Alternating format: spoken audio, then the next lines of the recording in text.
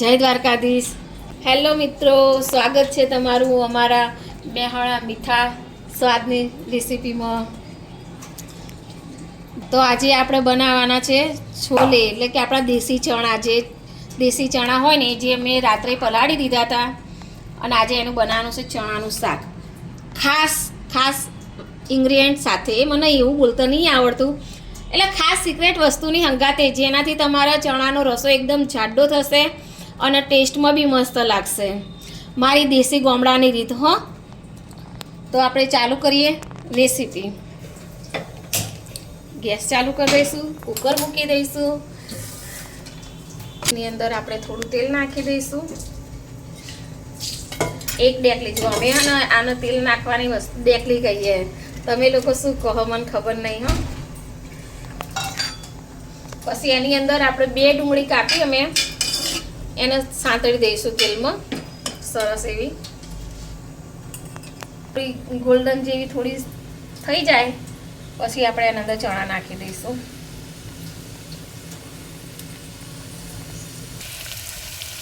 મિત્રો, આપણી ડુંગળી તેલમાં શેકાઈ ગઈ. થોડો હજુ બ્રાઉન કલર નહીં થયો, થોડો ગોલ્ડન જેવો થઈ જાય.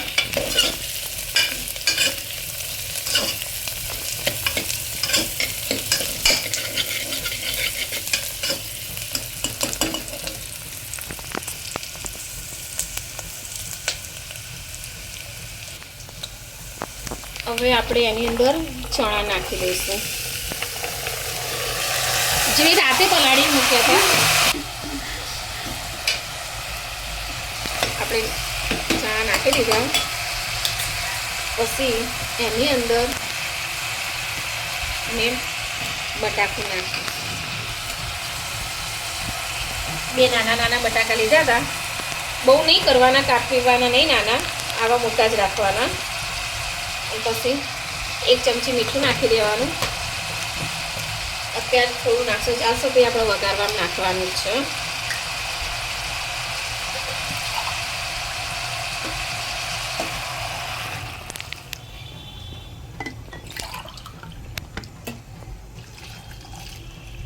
બસ આપણે 2 ગ્લાસ પાણી નાખી દઈશું, કેમ કે રાતે પલાળ્યા હતા ને એટલે સરસ થઈ ગયા. આપણે થોડું મિક્સ કરી દઈએ.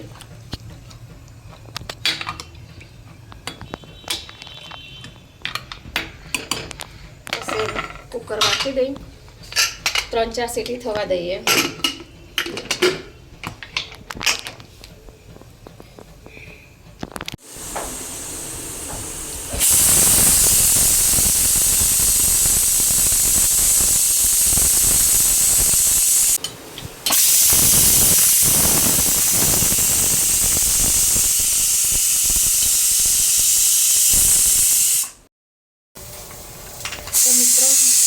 કુકરની 3-4 સીટી થઈ ગયા, તો આપણે એને ખોલીને જોઈ લઈએ કે ચણા થયા કે નહીં.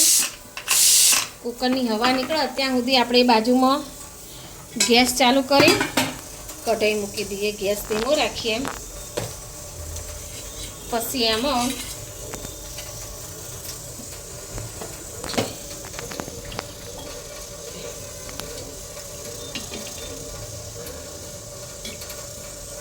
ડેકલી જેટલું તેલ નાખી દઈએ, કેમ કે ચણામાં થોડું તેલ વધારે હોય તો સારું લાગે.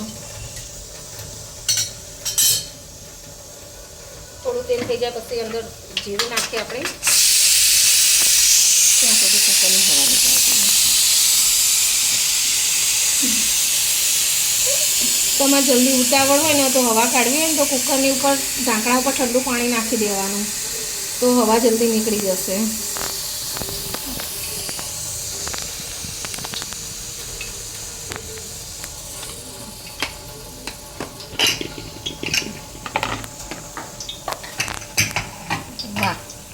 જોઈ લો મિત્રો, બહુ ગરમ. હા, પણ આપણા ચણા સરસ થઈ ગયા. જો આપણું તેલ બી થઈ ગયું. તો આપણે એમાં પહેલાં જીરું નાખી દઈશું. આજે આપણે જીરું રહીને મેથી નહીં નાખીએ, કેમ કે એકલું જીરું જ નાખીશું. પછી મેથીનો ટેસ્ટ ચણામાં સારો નહીં લાગતો ને, એટલો. પછી જીરું થઈ જાય એટલે આપણે હિંગ નાખી દઈશું. થોડી હિંગ વધારે નાખવાની, કેમ કે ચણા ભારે ના પડે ખાવામાં. પછી આપણે આની અંદર ડુંગળી નાખી દઈશું, ઝીણી સમારેલી. ઝીણી એટલે કોઈ આપણે મશીનનો ઉપયોગ તો કરવાનો નહીં, આપણી હાથથી ઝીણી જેટલી ખાવે તે સુધારવાની, એટલે કંઈ એવું જરૂરી નહીં. પછી જે આપણે ચણામાં બટાકા નાખ્યા હતા, જે આપણી સિક્રેટ વસ્તુ કે જેનાથી ચણાનો રસો જાડો થશે, એને આપણે લઈ લઈશું સાઈડમાં.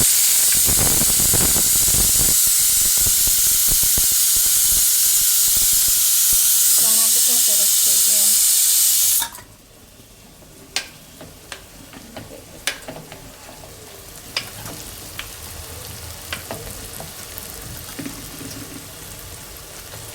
ડુંગળી સરસ ગોલ્ડન બ્રાઉન થાય તો અમે સાંભળીશું.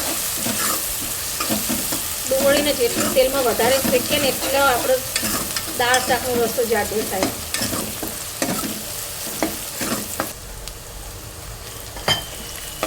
આદુ લસણ થોડું કીધું તો નાખી દીધું. એવું જરૂરી નહીં કે આપણે આદુ લસણ નાખવું જ. અત્યારે શિયાળો હતું ઘરમાં તો નાખ્યું, નહીં તો કંઈ એવું જરૂરી નહીં. મિત્રો જોઈ લો, મેં ચણા અલગ કરી દીધા, કેમ કે આ ચણાથી હું નવી રેસીપી બનાવવાની હું.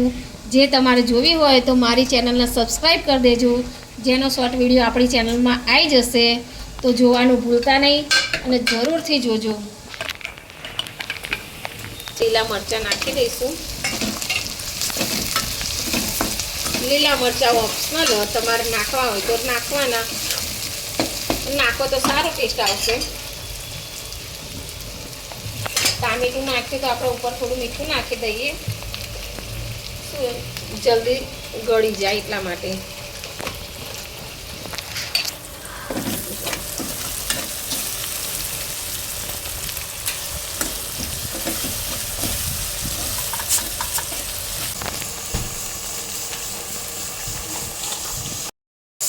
મિત્રો જે આપણે આ બટાકા બાફીને કાઢ્યા હતા એ આપણે મિક્સરમાં નહીં કરીએ, આપણે આપણી જોડે જે દેશી ખાયણી હ એમ જ એનો મિક્સર ખાંડી દઈશું.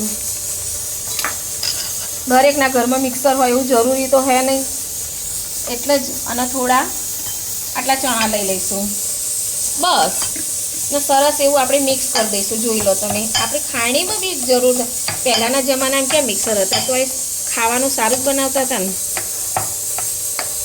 મિક્સરની કોઈ જરૂર નહીં, આપણી ખાયણી પથ્થર ઉપર બહુ સરસ રેસીપી થાય. મિક્સરનો ઉપયોગ કરવો જ ના જોઈએ.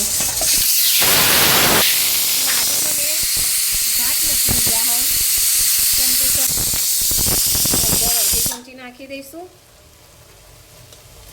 ધાણા જીરું 1 ચમચી નાખી દઈશું.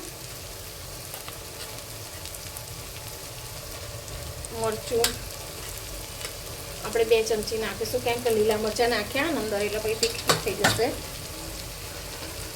અને થોડુંક જો આપણી જોડે અવેલેબલ હોય તો નાખવાનું, ના હોય તોય તમને સરસ એવો ટેસ્ટ આવશે. તમે બનાવજો. આટલો છોલે મસાલો નાખી દેવાનો 2 ચમચી. બાકી મસાલા વગર બી આપણા છોલે મસ્ત જ બનશે.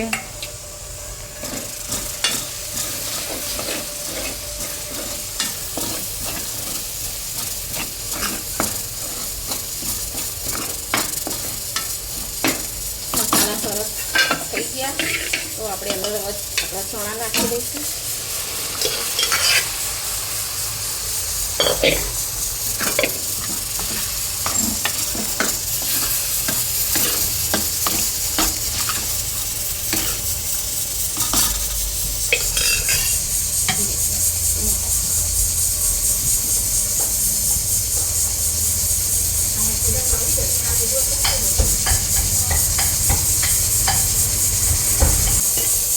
આવા ચણા હાલ મિત્રો, જે આપણે ચણા અને બટાકાને મિક્સ કર્યું હતું ખાણીને, એ આપણે નાખી દઈશું.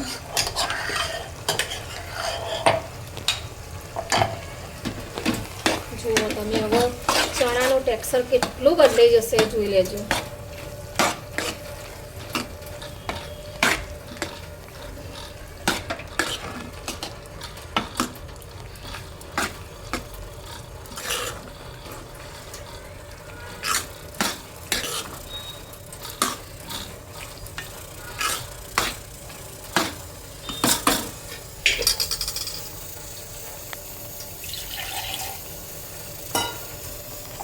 અને આપણે અંદર જે રીતે રાખવા હોય, થોડા રસાવાળા કરવા હોય તો, કોરા કરવા હોય તો થોડુંક પાણી નાખવાનું, અને પાણી હંમેશા ગરમ કરીને નાખવાનું.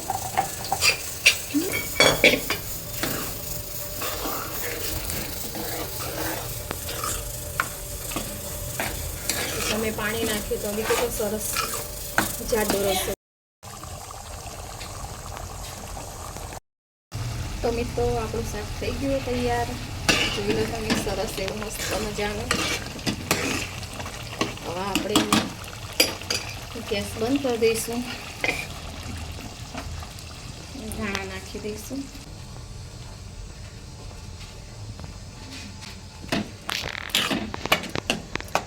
માટે ઓપ્શનલ તો હું નાખું છું.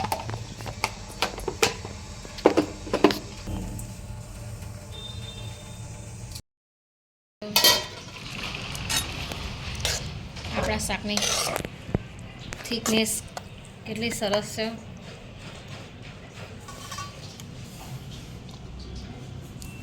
તમે રોટલી સાથે, પૂરી સાથે ખાઈ શકો, ભાત જોડે બી ખાઈ શકો.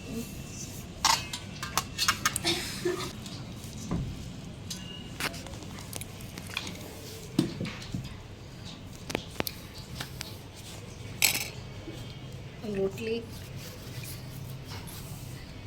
અમારા